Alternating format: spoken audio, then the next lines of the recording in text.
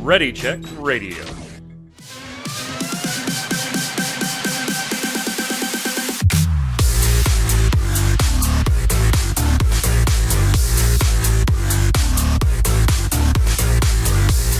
What's up, Internet? It's Thursday. It's 7 p.m. Eastern. That means here on Ready Check Radio, it's time for the Relic Grind, the Final Fantasy XIV Square Enix podcast, where we're going to talk about Final Fantasy XIV. We're going to talk about FFTCG. We're going to talk about Final Fantasy XI. We're going to talk about Dragon Quest and a bunch of other Square Enix stuff. I'm your host, as always, Mike Byrne, a.k.a. Magic Man, and this is episode 154. Thank you so much for joining us. We've got Twitch chat hanging by live, watching the show to chime in with their opinions. And, of course, if you're watching on ReadyCheckRadio.com, YouTube, or listening on Audible, Spotify, any of the podcast platforms, thank you so much. While you're there, give it a like, a subscribe, turn on those notifications. We are very quickly approaching some interesting milestones on both YouTube and on Twitch. So hit up the site, all the socials in the upper right-hand corner. You can follow us, and you'll know when we're going live all the time. Joining me to go over all the fun stuff, Mr. Chris Montoya, a.k.a. Tarkoth. What's up, sir? Greetings, programs. I know we got 2 weeks to Thanksgiving, and hey, yeah, who let the dogs out? Just it's about the season for giving thanks, and I'm not going to get too ahead of myself here, but I feel like I need to do that here in just a moment. Well, and I'm going to give some thanks to both of you guys, and I'm going to do it now. For obviously doing this show and hanging out on the channel and streaming and stuff. Everybody here does it free, including me. So, like, nobody gets paid from this stuff. And the very occasional Twitch check we do get is immediately offset 5 times over by the cost of hosting the website and everything. So, it's definitely appreciated. And especially, I say this today ahead of Thanksgiving because Tark will be off the next 2 weeks. So we have a show next week. Yeah, we will. I forgot about this when I made the schedule. It'll make sense in a second. Okay. We will have a show next Thursday, as normal. But the following Thursday, as Tark pointed out, is Thanksgiving here in the United States. There will be no shows that week, including this one. But next week, we'll be doing our Legend reviews for the new Final Fantasy TCG set. So Flynn will join me, and then we will have one of 2 guests, either somebody from Flynn's side of the pond or somebody from my side of the pond. We're still working out. We know who the 2 people are. It's just who can make it. That's it. So we'll have a special guest joining us for the Final Fantasy Journey of Discoveries trading card game booster box set. We'll review the legends there. So thank you to all of you, and we'll see you next week for that special show. Also joining us, Mr. Paul Berland, a.k.a. Flynn. How you doing there, sir? I'm not doing too bad. My throat has finally recovered after a few weeks of the winter bug. And, you know, it's always fun doing these shows. I get excited. We talk and we nerd. It is fun. It is fun. I mean, clearly that's why we all do it. Like, I mean, that's there's why I'm obviously here a at million. midnight every Thursday. Yeah, there's obviously a million other things I could do as far as like thumbnails and SEO and advertising and stuff, like if I cared enough to make it a profession, but that's not what we're here for. I've done this as a profession for long enough. Now I just do it for fun at my own pace. So I'm done getting paid for this stuff. So let's start with some Final Fantasy XIV news. Oh, actually, I'm going to throw a little curveball both of your ways. Something we're going to talk about on Gaming Gumbo this coming Tuesday, I'm sure. Well, there's 2 things that are going on right now. One of them is that Ubisoft, right before their earnings call today, canceled that call and halted trading of its stock.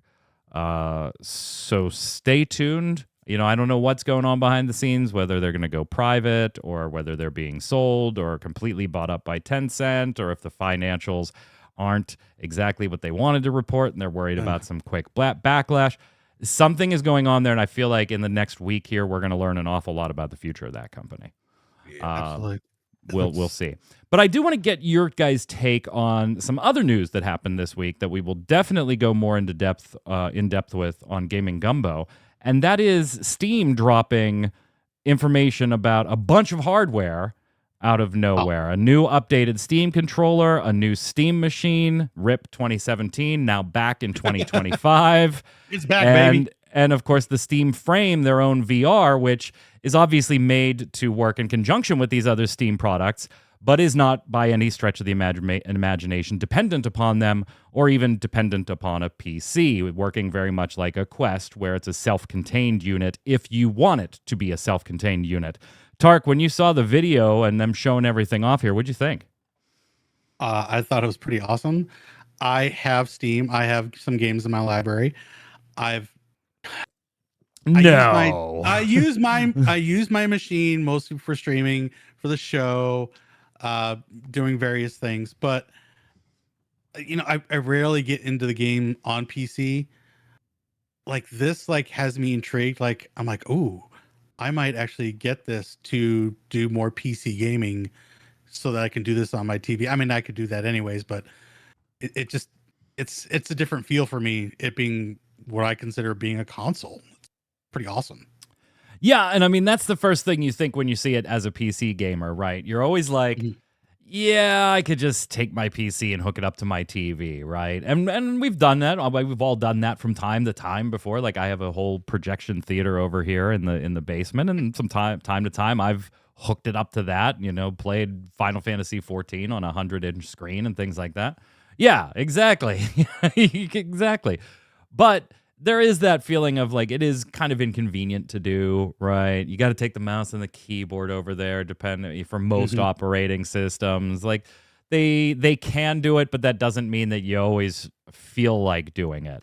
And I've done certain things like Raspberry Pis with different stuff of emulation, and even the Steam Deck itself, right, can be docked and hooked up to a TV, and the Steam OS can be operated through a controller. And so you look at this and you go, yeah, I can do all of this right now. But it's hard also, Flynn, not to look at it and go, oh, man, this is going to make things so much more convenient because I'm just going to put that on my TV and I'm going to fucking leave it there. Yeah, me and Talk was having a chat while we were waiting for the show. I said, what impressed me, first of all, is that form factor. It's basically GameCube 2 in size. It's like, yeah, I can take that to Manchester when we want to visit my family. Yeah, I do like that one of the #1 comments on the YouTube trailer was, hey, look, it's the Gabe Cube. Yeah. Gabe Cube. But it's also one of those things the reason I've stopped trying to stream a lot of PC stuff is my PC is just old now. It's running a GTX 1080. I'm on DDR3 RAM. It is just old. Something like this is like, yeah, cool. I can knock that up into my PC to stream off this dedicated gaming unit now and take it upstairs if I want to just game in bed. I love the fact that it's 3 separate products that are all either linked together or play apart. You play your way, including with the Steam Deck. And it's a really nice business approach. Yeah, and I don't have a ton of experience with the original Steam controller. I was not a fan of like the dimple thing that they had going on for the control sticks. It just didn't work for me, so I really didn't mess with one. But having messed with the Steam Deck and its mouse pads and things like that now for quite an amount of time, I'm looking forward to the revamp of that. And then the frame, the VR, the Steam frame, really interests me as well, in conjunction with some of the things that it does, not just for VR games on Steam, right? Playing your actual Steam library through there. And also being able to sidewind some different Android stuff and APK stuff into it. Like, there's a lot of potential there. And the early reviews from, like, the bigger guys, right? Linus Tech Tip, stuff like that, are interesting. Now, they're not full-blown reviews because they didn't have access to every single thing, and it was a very controlled environment, but they are interesting. We don't know any pricing for this stuff, but we do know it's going to be 2026, early 2026 when some of this stuff comes out. And we do know some of the specs for the Steam machine itself. There's going to be 2 Steam machine models. One will have 512 gigabytes of SSD. One will have 2 terabytes of SSD. Both have a high-speed micro SD card slot. The frame also has an SD card slot as well. And then when it comes to the GPU, it is a custom AMD RDNA 3 28 CUs at 2.45 gigahertz.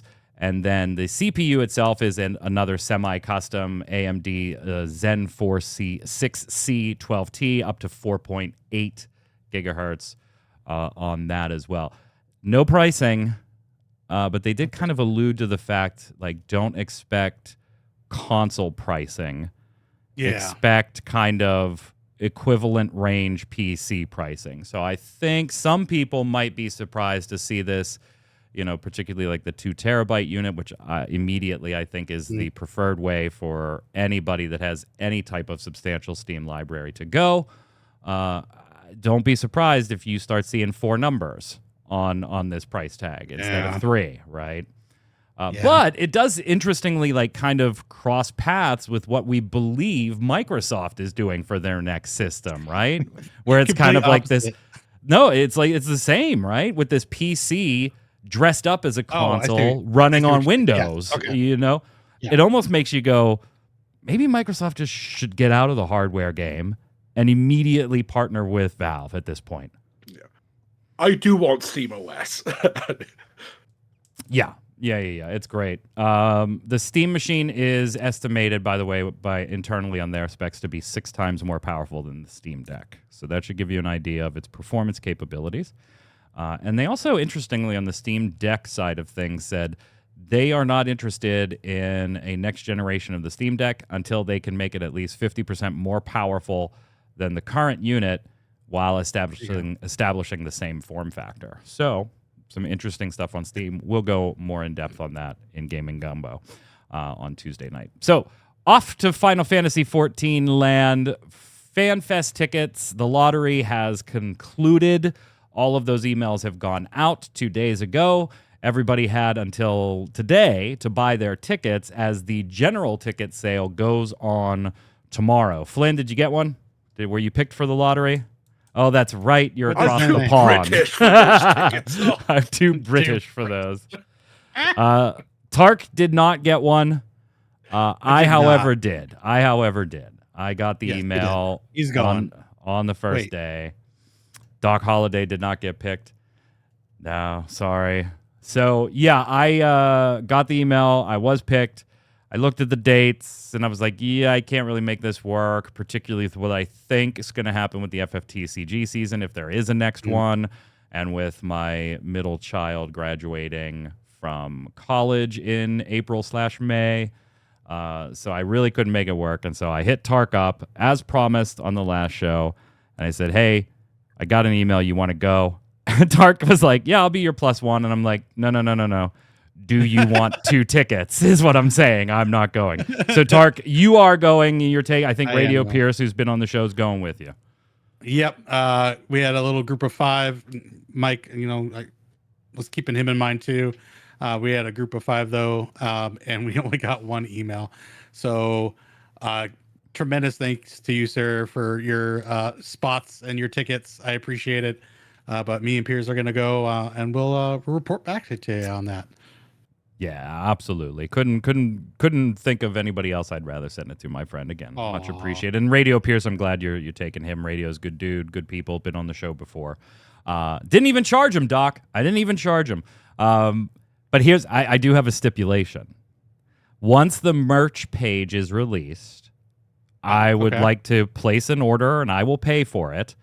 Sure. But you just got to pay to ship it to me when you get back home. Okay. Can we have a deal there? I'll pay for all the merch. You just got to pay to put it in a box and get it to me. Yeah, not a problem. Okay. I know we're going to move the show so Talk can do it live from FanFest. right. We'll make him miss all of the... we do it after the day's festivities. If I had a Steam machine, maybe I could stream or there something. You go. You have a phone. That's all you need. You can take your Gabe Newell lunchbox and then stream. I got this wonderful little computer here in the palm of my hands. Maybe we can make something work. Hey, so Final Fantasy XIV, no secret, has been under DDoS attacks. By the way, for those of you that didn't get an email, good luck tomorrow on getting all of your tickets. I hope everybody is able to go. I have no sight into how many tickets will actually be available. But I think hopefully more than normal. I think there's going to be a fair amount. It's just, it feels weird because, wouldn't you just...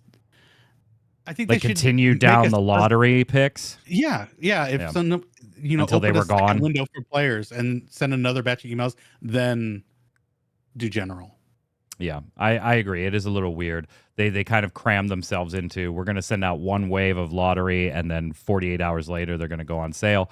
And I think that going back to last week's show, I think that's because they expect lower attendance from established subscribers right now.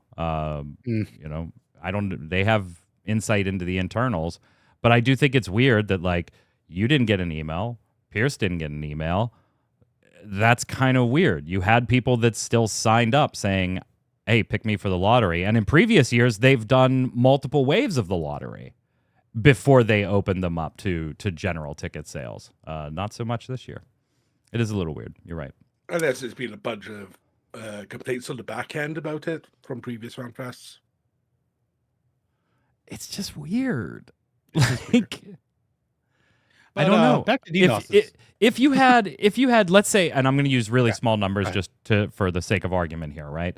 Let's say you had 1,000 people sign up for interest in tickets. That was it, 1,000 people, just to keep the numbers easy. And you had 2,000 tickets available.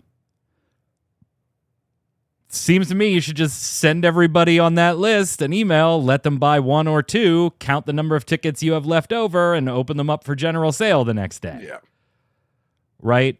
Like, I don't understand the not having, if you have tickets, and that might be the thing too, right? Like, we don't know how many tickets are actually going on sale tomorrow. It could be 3, you know? Like, well, I would hope we not. don't know how many they would initially have. Like, I gotta feel like they had 4,000 tickets. So 2,000 emails. Like, I gotta imagine that there's way more than 2,000 interested parties that send in an application to. Well, yeah, that's what I'm saying. Like, just making the numbers dumb small, just for the concept of my point, is if you have 2,000 tickets and you have 1,000 people that signed up that are current subscribers that are interested in going, well, then there's no need to hold a lottery, right? If every one of those 1,000 bought 2, that would be all of your tickets. So give all of them a chance to buy tickets.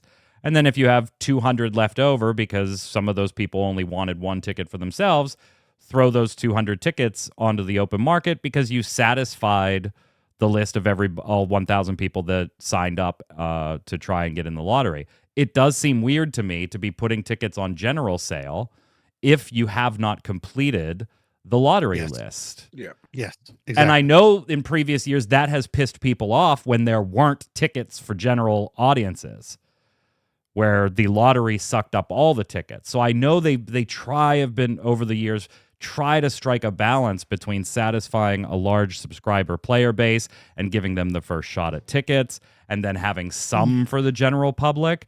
But it is very, very weird to say, hey, I signed up for this lottery, I didn't get in, and now I'm lumped with the general public. It would be, Tark, as somebody who didn't get picked, and let's pretend I didn't pass tickets to you, as somebody that didn't get picked, how do you feel then having to go into the line and try and fight through a general queue to get tickets when you had previously signed up for a lottery that you weren't picked for, but apparently there are still tickets left? I really want to go. And really want to go. Yeah, it makes me feel a little scummy. Like you wanted my opinion. If I wanted to go, I gave it to you, but you're still not going to give me that opportunity. You're going to throw it. It just feels gross. Then it feels even worse when you don't get the general tickets, right? And then you don't get the general tickets. It's like, I'm sorry for those people that that want general tickets. Like, well, then play the game. Get into that lottery if you want to go. I assume and if you're not playing, like, I am going to assume that they have done what they could do. Like I just said, like if 1,000 people signed up, they had 2,000 tickets. They took the first 1,000 people on the list that signed up. They gave them a chance at all 2,000 of these tickets, and they have a few hundred left over. It doesn't make sense to do a second lottery in that situation. I get it. I'm going to hope that is what happened, and that this is not, hey, we have 8,000 tickets. We're going to put 4,000 into lottery, and then we're going to put 4,000 into general. Like, that feels very weird if you have more than 4,000 people sign up. I don't know. Yeah. We'll have to see how it goes tomorrow. I'm sure it'll be a shit show. It's just how much of a shit show. Like, are the tickets gone in 2 minutes or 12 minutes? Yeah. How many people actually, like, I was trying for half an hour and I couldn't get in because the site crashed. Exactly. I would prefer, before we move on, to work out what whatever venue hall they can host the event in. Go, what's the maximum capacity? Right, let's see for our lottery system if we can fill it. And if we can, Anaheim, can we push in a little to the next door as well while we open general sales? That's the way, as a player, I would love it to be. Yeah, it is a little weird. I wish I had insight into what they were doing and some of the thoughts there, because it is a bit weird. Oh no! Bye. Oh, bye. Get wrecked. Bye, chat. 14 under DDoS attack has been for a while. This is not the first time that we have heard this in the last 12 months or so. Particularly bad in some areas of the United States here. From what I can gather, Flynn, you cats in across the pond there, EU and UK, are faring a little bit better than here in the US. Anyone get booted out for months and months. Yeah, and I've had friends in NA get on EU servers and say the same, that they're not having stuff over there. But it is so bad that I don't know if you guys saw this, Tark, on the forums. There is speculation that there is no way that this is a DDoS attack anymore. Because it's been going on for so long. The thought process, the thought it process. It seems to be targeted to specific locations. Go ahead, Tark. I was saying it's been going on for so long, and it's like random, and it's like how often it happens. Like I'm fine, and for a couple hours, and then all of a sudden, entire FC just is booted out, and it's like, this is just crazy. And then we're fine for 2 hours, and then everyone's booted out. Like, what is going on? And it's been going on for what, like almost a week? Yeah, a little longer. And again, this is like the second or third time it's happened in the last 12 months where we have these sustained DDoS attacks. And DDoS by itself, denial of service attacks, right? They do kind of ebb and flow. That's the nature of them, right? A sustained one, because the attack comes in, it's mitigated, it's dealt with, some safeguards are maybe put up to try and stop things so it starts to slow down, and then the DDoS people see the fixes, and then they try to bypass those, and so it ramps up again. So a little ebb and flow in a DDoS attack as a software engineer makes total sense to me. But this is... this really starts getting to a point of, even if it is a DDoS attack, your servers are just not prepped for this in any type of way, and it is on you that this keeps happening. But there are people that take that a step further and say, hey, this isn't DDoS, this is specifically their servers, and DDoS is being blamed. Here's the conspiracy theory that I'm going to put in here for you, Flynn, according to someone on the official forums. The conspiracy theory is that as long as they say it's DDoS, they don't have to give out compensation for any lost time or anything. Yeah.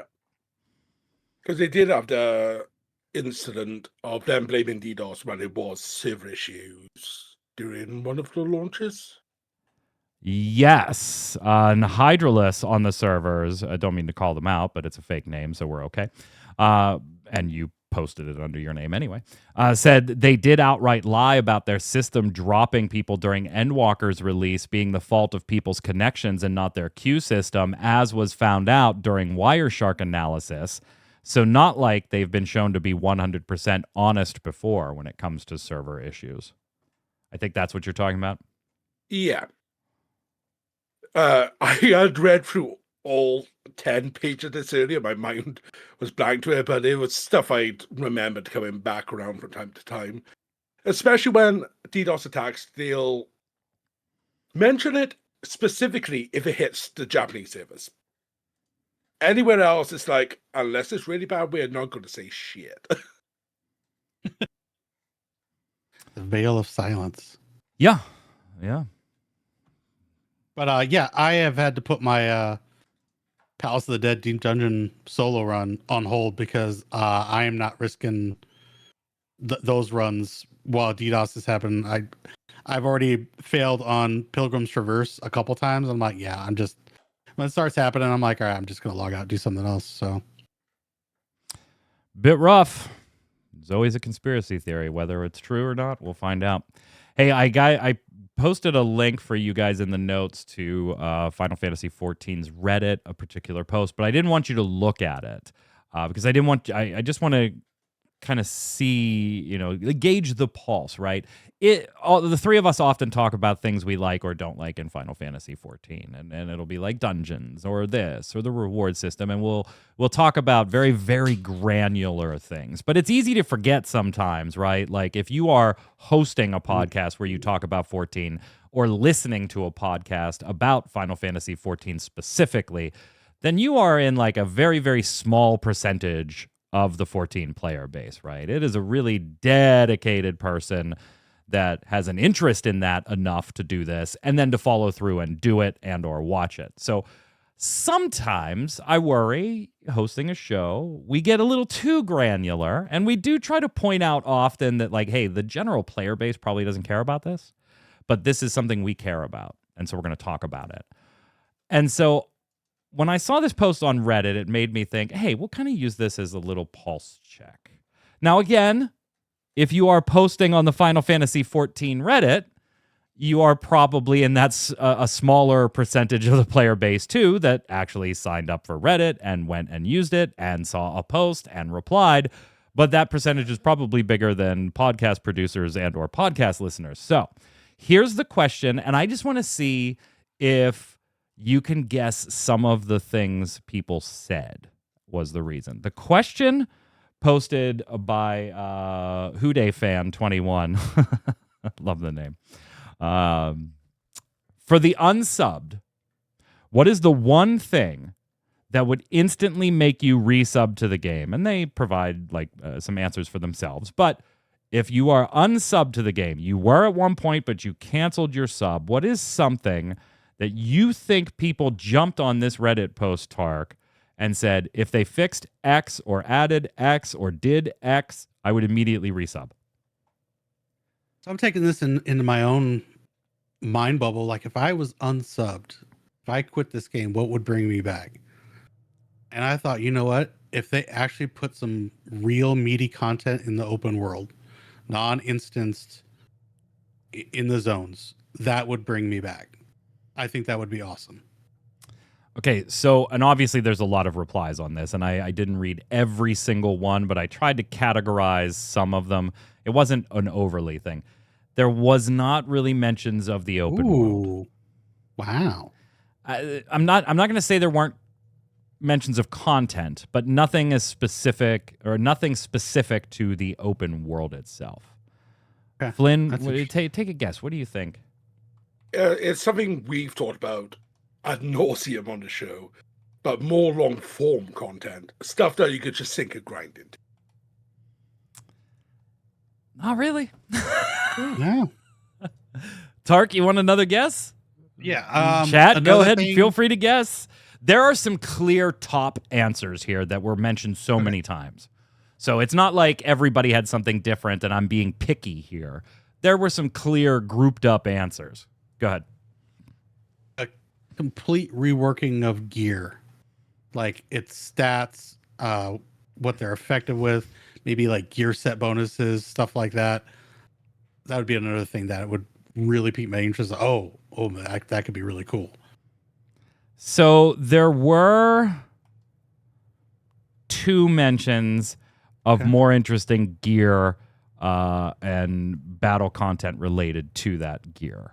So it was very, very lowly represented, but it was mentioned. Flynn? Transmog systems. Bing, bing, fucking bing. The transmog system was all over this post. There were people saying that the changes coming in 7.4, the freeing up of the armor types, was literally enough for them to resub when it comes to the glamour system in particular. And multiple calls like we have had on this show for them to just flat out rip off another game, whether that's Guild Wars 2, World of Warcraft, to just flat out rip it off as far as the transmog system goes. And now that you know that that was one of the top 2 or 3 here, Tark, I am sure you can peg the second one now. Or peg another one of the top 2 or 3. If glamour was all over this, what else along those lines do you think is super important for bringing people back? as far as these Reddit posters. Again, small percentage audience, but what else is cosmetic in nature and annoying as piss? Housing. Yep. Okay. Yep. Doc Holiday. Especially got to the WoW house in there. Yep. Housing and glamour were all over this. There were some, the number 3 one in my book, those were number 1 and number 2, by far. By far. So if you doubted, like, glamour and cosmetics being the true endgame in MMO, I mean, again, small sample size, 30-some, 40-some comments on a Reddit post. I get it. But still, yeah. The number 3 one that I will put there is something we have talked about here, and I think kind of crosses the path of both the more invested and the more casual player, and that is class identity. Feeling very homogenized right now. That came up quite a few times as well. And I'm guessing add-ons. No, add-ons didn't come up. Add-ons didn't come up.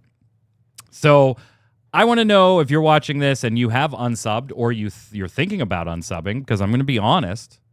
There have been times in Dawntrail that I've considered not letting my sub. And I'll tell you one of the things, and somebody brought this up on the Reddit post, is my house is fucking held ransom. They use my house to ransom me out of my sub, and I don't like that. You're paying rent. I hate that. I am. You're paying rent. I am. And I know I could unsub for 1 month and then resub, and I'd be fine for the next 60 days without having to do anything, but I shouldn't have to, is the point. Yeah. It should just be there. It should just be there. It's my fucking Just give us house. more instances. Fix your service, more instances. Let everybody have a house for all time. Doc, the only time I ever unsubbed, which, by the way, let me know in the comments what would bring you back if you have unsubbed. I unsubbed twice in, like, the first 3 years of the game. Once for, like, 3 or 4 months and once for, like, 2 months. They were very small breaks. One of them, unfortunately, happened to coincide with the very first ever Fan Fest, so I couldn't lottery into those fucking tickets, or I absolutely would have been there. But I was buying our new house, and so it was like I was saving every dime I could, and didn't have time to play anyway. 2 things real quick here on the 14 front. First off, the Moogle Treasure Trove is returning next week. So if you are missing some certain items, they may be on the rewards thing. Minion-wise, there is nothing here that I need. We only have the Griffin Hatchling and the Wind-Up Hobgoblin. Both are ones that Tark and I'm sure we both have. I know I have. think there's the Hagen one too. But yeah, is the Sahagin on there? I didn't see it on the page. Did I scroll too fast, or did they? I think it's further up. Yeah, they like to hide some tops. Did they separate them? Yeah, it's all organized by cost. Yeah, it's a 15. But I was looking through this, and I'm like, I don't think I need any of these things. Yeah. Oh, and there's Tinker's Bell too at 30. Yeah, I don't think I need anything from here. So like, I'm not going to really change how I play, but anything I do get will probably just go to MGP. I still need the blackjack, so. Yeah, so I'm just kind of looking up on my profile right now, since I just scrolled to the bottom, saw the group of minions. So where is Tinker? Let's see. My boy Pierslow is all the booze earring. I need the biscuit on my ears. I'm like, that's just weird, dude. And then I don't like how they're doing more of the special treasure maps. I think those treasure maps are pretty cool. Yeah, I actually do need Tinker's Bell. Nice. I do need Tinker's Bell, so I'll get 1 minion. I have the other 3, so I'm fine. I just need for some reason I need Tinker's Bell.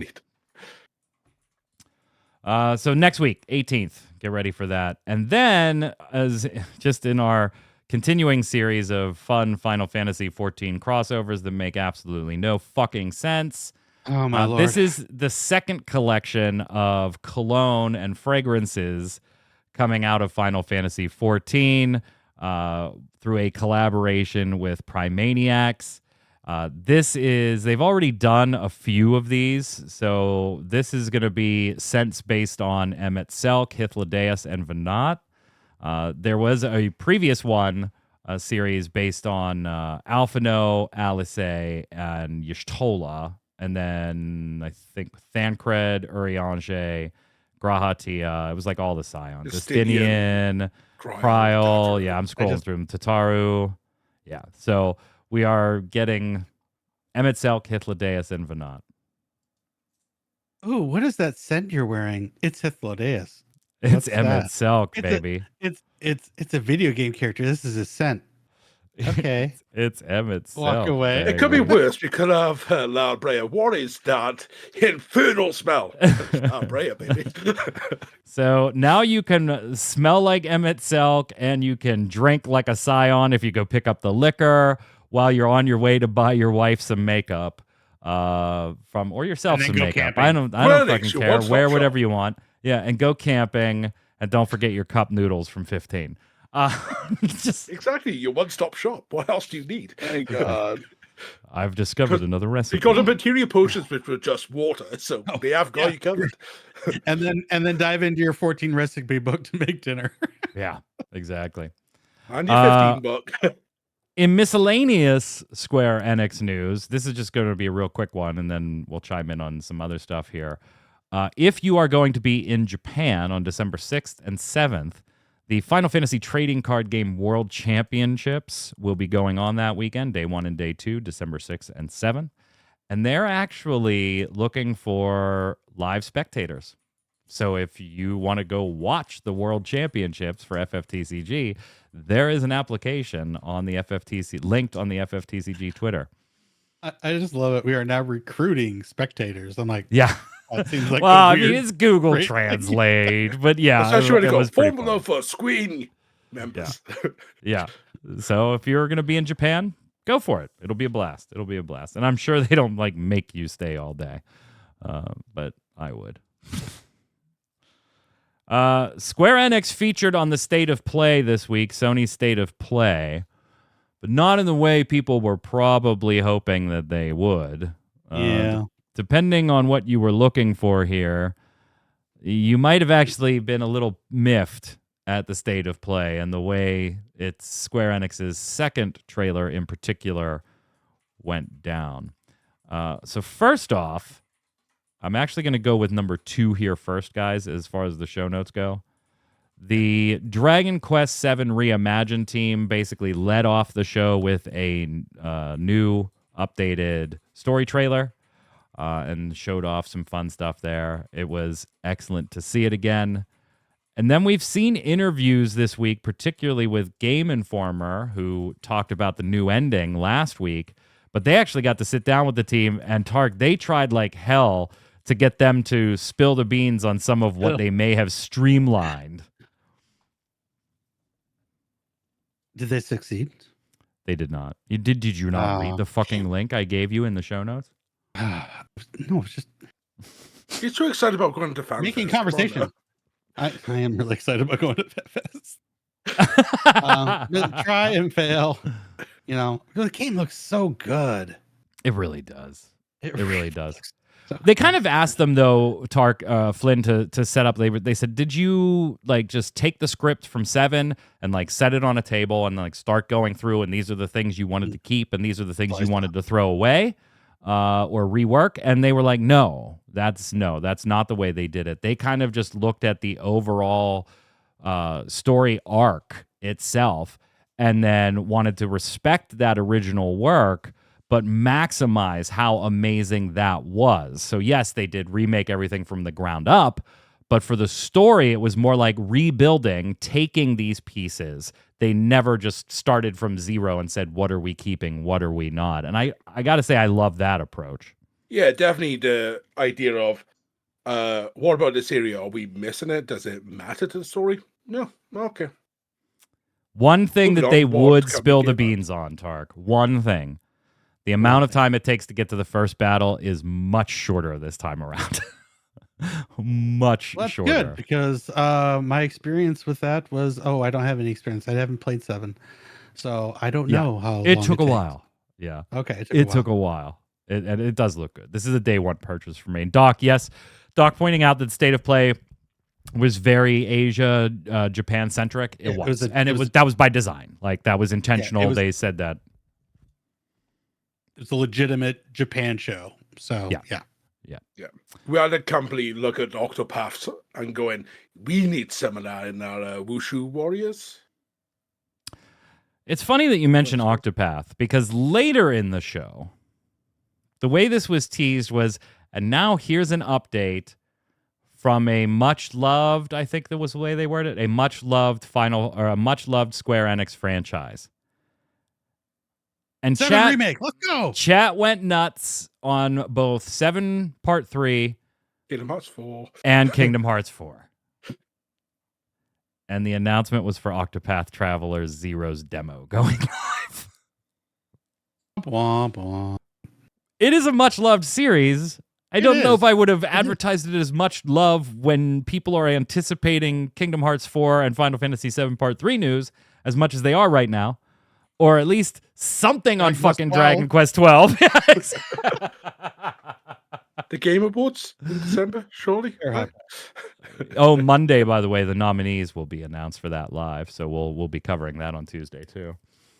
But yeah, the demo's now live. 3 hours. You can play 3 hours and your progress carries over, much like some of the more recent Square Enix demos. Flynn, played yet? Octopath Traveler Zero? What'd you think?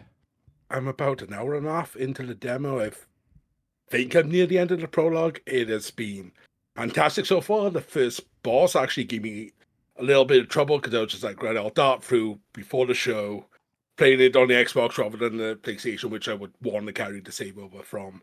And I'm loving it. Every time I step back into the Octopath world, I'm just in awe of its beauty.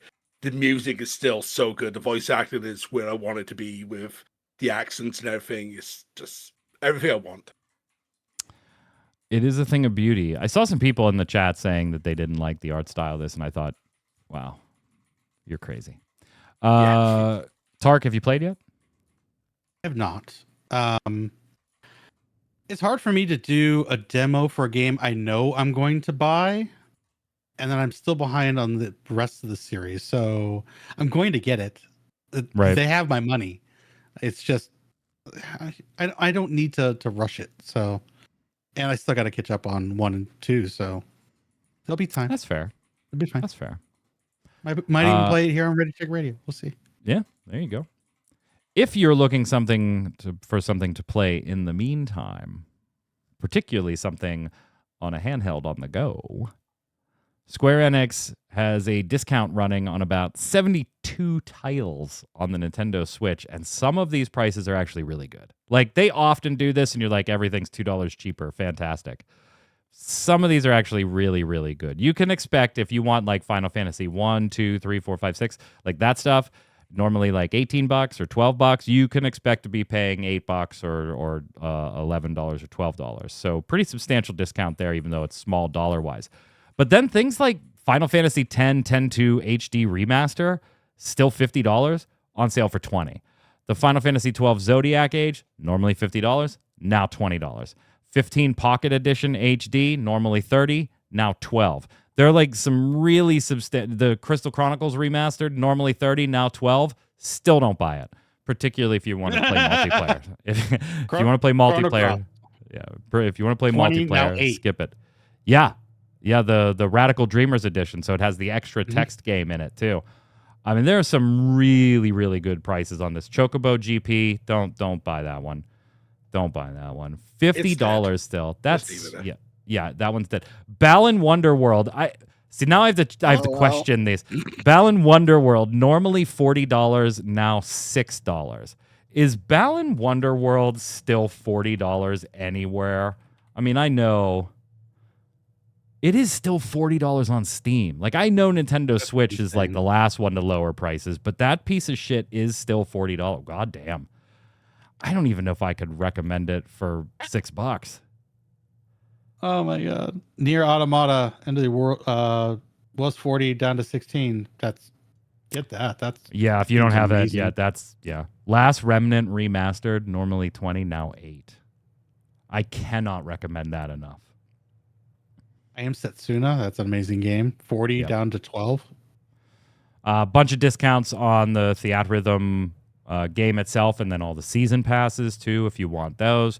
Trials of Mana, normally 50, now 20. I mean, it is just a huge sale if you play on the Nintendo Switch. Yeah, I wish these prices for all the HD 2D stuff. Yeah, it's disgustingly good for some of these things. I wish these were discounted on Steam to this price right now. I really wish that. I don't know how many I'll buy on the Switch, though. Just a minor update, by the way, on the layoffs that we talked about on last week's show. Again, that did hit the FFTCG team here in the United States and in Europe as well. The estimates right now are still unknown. Square Enix has not said anything publicly.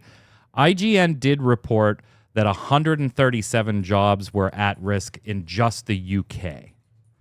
And when they say at risk, it's because there are special laws there that you can't just immediately be laid off. You have to go through this consultation period where there is discussions back and forth about trying to keep your job or move you into a different department, stuff like that. And then it can move to a layoff, potentially, as long as things are discussed. But IGN reports that there are 137 just at risk in the UK. So, like I said, a not insubstantial number of people globally were laid off. Square's public statement, which we did not have as of the time of last week's show, was to strengthen development capabilities from a group-wide perspective and to optimize resource allocation for maximizing the value generated by IPs. A further review of the development pipeline was conducted. As a result, a decision was made to close overseas development studios and shift towards consolidating development functions in Japan. We are reorganizing our operations in North America and Europe to strengthen our development structure and to drive a globally integrated marketing strategy. This was an extremely difficult decision made following careful consideration and analysis by our leadership in order to best position the group's long-term growth. We extend our heartfelt gratitude to the talented team members who will be departing the company for their significant contributions to Square Enix. During this period of transition, we remain committed to treating each individual with the utmost respect and providing extensive support throughout the process. They didn't clarify how many jobs, though. Big oof. Yeah, big oof. And I see all this celebrating online about there's woke people in the West. Square Enix, it's like, oh god. Yeah, they're picking out individuals that may have lost their jobs and different people gross. that did localization and it's like, oh, they're getting rid of all this woke ideology. No, they're trying to save money. They're trying to save money. Invest in their AI. Yeah. Whatever. Sad to see, but that's the statement we have so far. We'll keep you updated if we get numbers or anything. And I'll keep you posted because we're nervous about the future of Final Fantasy TCG. Flynn, can't believe I missed this and you caught it. What is this? So, as you would know, as we get letters from Producer Life for 14, Final Fantasy XI also has their own. Yeah. And there were some very juicy nuggets that happened this time around. You say juicy nuggets as if the game wasn't 50 years old. I know, but the biggest nugget that ain't really in the PowerPoint as much here, they are working on scrapping the PS2 dev kits to be able to move to PC development. That is huge for 11's longevity right now. Along with server replacements. And potentially, with these server replacements, brand new areas in the game that's meant to be on its deathbed. How crazy is that? It is kind of nutty. And the person that did the translation here on Reddit did kind of say, hey, somebody feel free to correct me. And somebody did kind of chime in for a slight difference because what they refer to as area is actually how in spoken Japanese you would likely say zone.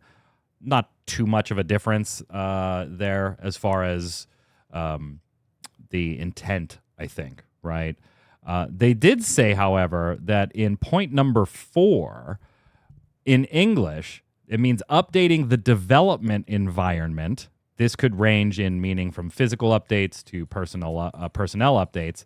They hadn't watched the stream. So they are developing it where in point 4, where they said server replacement, They actually were talking about the development environment, which could have been mistaken for server.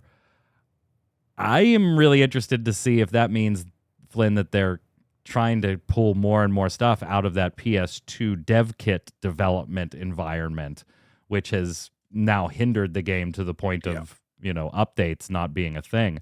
And then new zones, possibly getting new zones for this game. I mean, that is amazing. Amazing. That's insane. One thing, since he put 11 in here and this Steam machine, I was telling Flynn, maybe with the Steam machine, I really start playing 11 if I can do it in a console type setting. Like, do you think maybe that machine could breathe some more life into a game that's supposed to be, as Flynn said, on its deathbed? Yeah, I mean, it certainly could, right? Oh, they did reference for you, Tark, play online improvements as well. That's also massive news. It's massive. Yeah, and so I think it could. The only thing that I hope this isn't is because we have heard this before. You'd have to play Final Fantasy for a long period of time, like I have, and like many have, to know this, though, that we have heard like new areas and new zones before, and it ends up being like another Dynamis or another piece of battle content. So I don't automatically interpret it as, we're getting new field maps directly. But I'm just happy that it's getting any new content still. Yeah. Because that means to me that there is enough money going in that it is still worth doing things or exploring things like this, even if this particular update may not interest me at the end of the day. I'm not saying it won't, but if it didn't, I'm still fine with it. Like, keep it going. Yeah. If they're active, that means things are still going halfway decent. Yeah.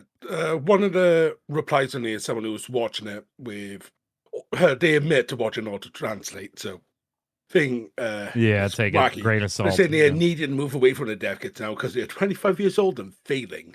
And they're getting to the point where they can't add new equipment, can't add this. So they're trying, for the sake of the game now, to update it, overhaul it where they can.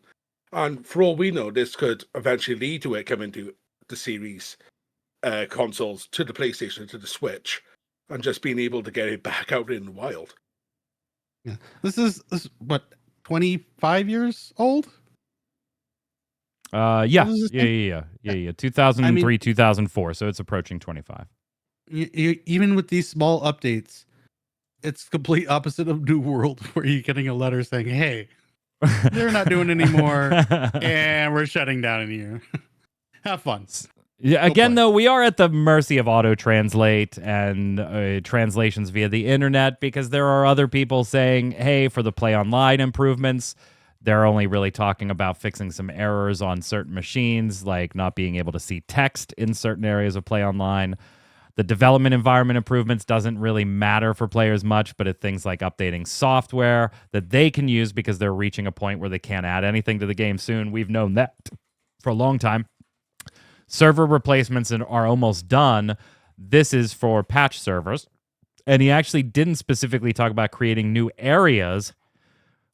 Hiccups, when talking about that last bullet, but rather about how this was required work for implementing other features, and which I guess they read the original posters as, hey, they're definitely adding new areas. I didn't even read that way. It was that they were doing some work that could potentially facilitate adding new areas in the future. Not that we were getting a new area for sure. So take it with a grain of salt, but it's certainly freaking interesting to see. And I love it.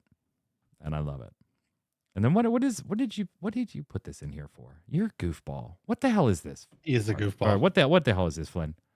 Okay, so a group. This isn't Square Enix at all. This is actually illegal, but you want to talk about it. Go ahead. It's just neat, and I love things that are neat. And it's especially off the back of the layoff talk, I just wanted something dumb and fun for us.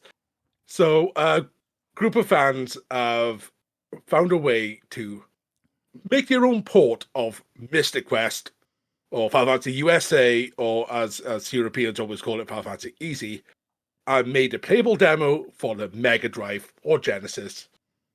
don't know how you want to call it. And I just thought it was pretty awesome being able to port something to still retro hardware to keep that retroness there. And it looks cool. It looks fun.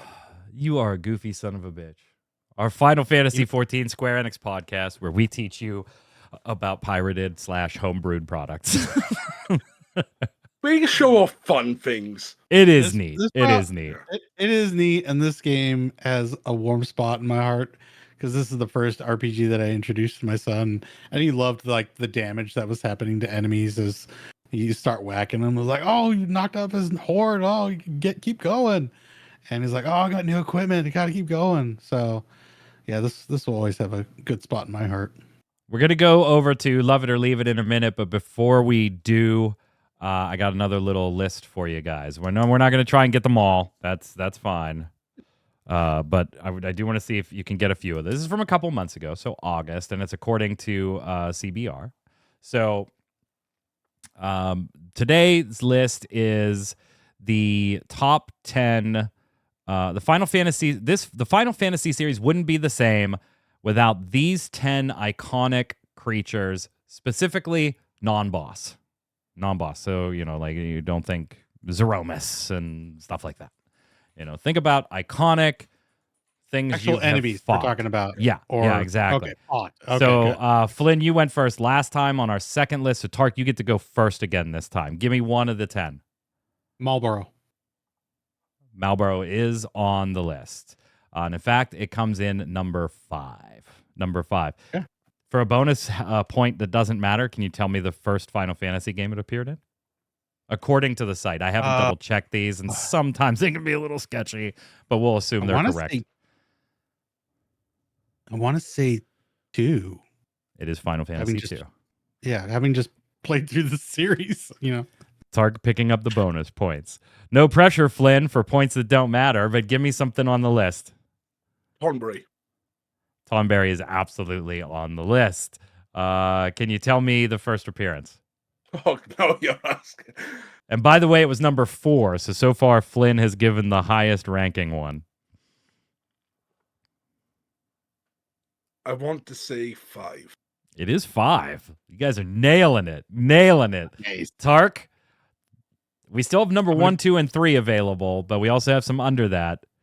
Second guess. I'm going to go with a good mascot, Sabotender Cactuar. Cactuar is on the list, and it's number 3. So now you hold the highest spot. First Final Fantasy? 6? It is 6. You guys are nailing. Nice. You guys are either cheating or you're just awesome. Nice. All right, Flynn. We've played enough Final Fantasy to recognize it. Last one. Everybody is perfect, but you could snake what we'll call the win unofficially if you can get the number 1 or the number 2. Behemoth. Ooh, good choice. Final answer? Yeah. Behemoth is on the list, but it is number 9. Ooh, number 9. I'm the winner. So Tark gets the unofficial win. But Flynn, in the interest of the points that don't matter, what's the first appearance for Behemoth? Oh, God. I know he's early. 3. 2. Oh, damn. Number 2 was Moogles. Which, this is why I was saying battle. Yeah, you do fight Moogles in the series. When? They're not. Here's number 1. I think you might want to Chocobos. Yeah, absolutely Chocobos. We fight Chocobos. Chocobos number 1. They didn't say combat. They just said non-boss creatures. That's why I was asking you. Ones we fight. Otherwise, I would have been like Chocobo. Oh my! Oh sure. Roll back the tape, someone. Or it just lied because I don't care. One of the two. I probably just lied. I'd have been like, best known. Doc Holliday got it in chat with Chocobo, so clearly the list was presented accurately. Probably wasn't. I don't care. Yeah. Let's go do Love It or Leave It. I'm so clipping that.